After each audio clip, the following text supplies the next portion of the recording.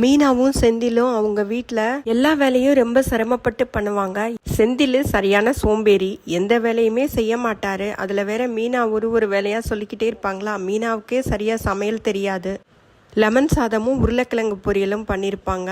Lunch டப்பாவில் கூட செந்தில வைக்க சொல்லுவாங்களா. செந்திலுக்கு செம்ம கடுப்பாக இருக்கும். வேற வழி இல்லாமல் எல்லா வேலையும் செய்வார். நீங்கள் துணியை மடிச்சிருங்க, நான் கிச்சன்லாம் க்ளீன் பண்ணிடுறேன் அப்படின்னு சொன்னதும், ஐயோ துணியை மடிக்கவா முடியாது அப்படிங்கிற மாதிரி சொல்லுவார். அப்படின்னா நீங்கள் கிச்சனை க்ளீன் பண்ணுங்கள், கிச்சன் வேலை எல்லாத்தையும் முடிங்க, நான் போய் துணி மடிக்கிறேன் அப்படின்னு சொன்னதும், அதுக்கு நான் துணியே மடிக்கிறேன் அப்படின்னு சொல்லிட்டு போயிடுவார். 2 பேரும் சாப்பிட்டுட்டு இருப்பாங்க. கோமதி மீனாவுக்கு ஃபோன் பண்ணுவாங்க. மீனா கிட்ட என்ன சமையல் பண்ணியிருக்க அப்படின்னு கேட்பாங்க. லஞ்சுக்கு நான் நண்டு தொக்கு பண்ண போறேன் அப்படின்னு சொல்லிட்டு கோமதி சொன்னதும் மீனாவுக்கு சாப்பிடணும்னு ரொம்ப ஆசையா இருக்கும்.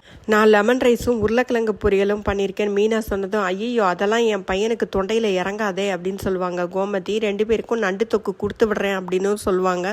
செந்தில் முடியவே முடியாது, வேண்டான்னு சொல்லுன்னு சைகையிலேயே மீனா கிட்ட சொல்லுவாரு. அதனால மீனா கோமதி கிட்ட எதுவும் வேணாத்த, நான் பாத்துக்கிறேன் அப்படின்னு சொல்லிடுவாங்க. போனை வச்சதுக்கு அப்புறம் மீனா கிட்ட, நான் எந்த காரணத்தை கொண்டும் என்னோட மன நிம்மதியை இழக்கிறதுக்கு தயாரா இல்லை, வேண்டாம் மீனா, இப்படியே இருந்துக்கலாம் அப்படின்னு சொல்லிடுவாரு. கதிர் ராஜியை கூட்டிட்டு காலையில ட்ரைனிங் பண்ணுவாங்கல்ல, அதுக்காக பார்க்குக்கு போயிடுவாங்க. அங்க கதிர் அமைதியா உட்காந்துக்கிட்டே இருப்பாரு. அதனால ராஜி என்னன்னு கேட்டதும், இல்ல அண்ணன் ரொம்ப கவலையா இருக்கு, என்ன பிரச்சனைன்னு சொல்ல மாட்டேங்குது, யாரோ ஏமாத்திட்டாங்கன்னு சொல்லுது. அன்னிக்கும் அண்ணனுக்கும் தான் கொஞ்ச நாளாவே பிரச்சனையாவே இருக்கு, 2 பேரும் சண்டை போட்டுக்கிறாங்க அடிக்கடி, அண்ணி தான் ஏதோ பொய் சொல்றாங்களோ, எனக்கு என்னன்னே தெரியலையே ராஜி அப்படின்னு சொல்லிட்டு ரொம்ப வருத்தப்படுவார்.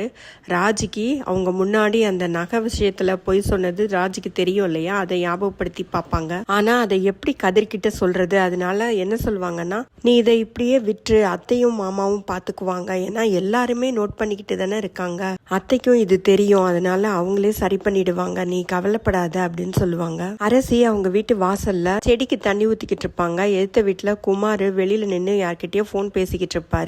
அரசிய பார்த்தோன்னே, நம்ம ஆளு அப்படின்னு சொல்லிட்டு விசில் அடிச்சு கூப்பிடுவாரு. பரியா பைக்ல ஒரு ரவுண்டு போலாம் அப்படின்னு அவகிட்ட பேசிக்கிட்டு இருப்பாரு. அரசி, உள்ள எங்க அண்ணன் இருக்காங்க, கூப்பிடட்டுமா அப்படின்னு சொல்லிட்டு திட்டிக்கிட்டு இருப்பாங்க.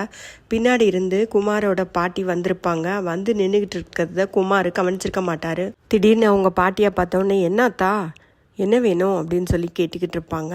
குமாரோட அப்பத்தா குமார் கிட்ட, எனக்கு ஒன்றும் வேண்டாண்டா, நீ பண்ற வேலையைத்தான் பார்த்துக்கிட்டு இருக்கேன், இப்படியெல்லாம் பண்ணா அந்த பொண்ணு மசிஞ்சு வந்துரும்னு நினைக்கிறியா, அவளுக்கு உன் மேல நம்பிக்கை வரணும், அப்பதான்டா வருவா, நீ இப்படி கூப்பிட்டா விசில் அடிச்சு கூப்பிட்டேன்னா உன் கூட வாழ வந்துருவாளா அப்படின்னு சொல்லிட்டு அவனுக்கு நிறைய திட்டி அட்வைஸ் பண்ணுவாங்க.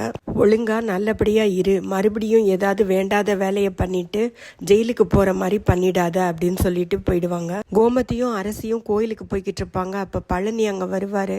அக்கா அக்கான்னு கூப்பிட்டு பாசமா பேசுவாரு. அவர் என்ன நடந்தது அப்படிங்கிற விஷயத்த சொல்ல வருவாரு. இப்பவும் கோமதி என்ன சொல்ல வர்றாரு அப்படிங்கறத கேட்க மாட்டாங்க. தலையில நெருப்பள்ளி கொட்டிட்டியே, இப்படி துரோகம் பண்ணுவேன்னு நான் நினைக்கவே இல்லை அப்படின்னு சொல்லிட்டு, இவங்கிட்ட என்ன பேச்சு, வா அரசி அப்படின்னு சொல்லிட்டு அரசியை கூட்டிட்டு போவாங்க. பழனி அவங்க அக்கா கிட்ட எவ்வளவோ சொல்வாரு. அக்கா, உனக்கு நான் துரோகம் பண்ணவே இல்லக்கா, நான் துரோகம் பண்ண நினைச்சதும் கிடையாதுக்கா, என்ன சொல்ல வரேன்னு தயவு செஞ்சு கேளுக்கா அப்படின்னு சொல்லி எவ்வளவோ சொல்லி பார்ப்பாரு. அவங்க கேட்காம 2 பேரும் கிளம்பி போவாங்க. பழனியும் கிளம்பி போயிடுவாரு. அத்தோட இன்னைக்கு எபிசோடு முடிஞ்சது.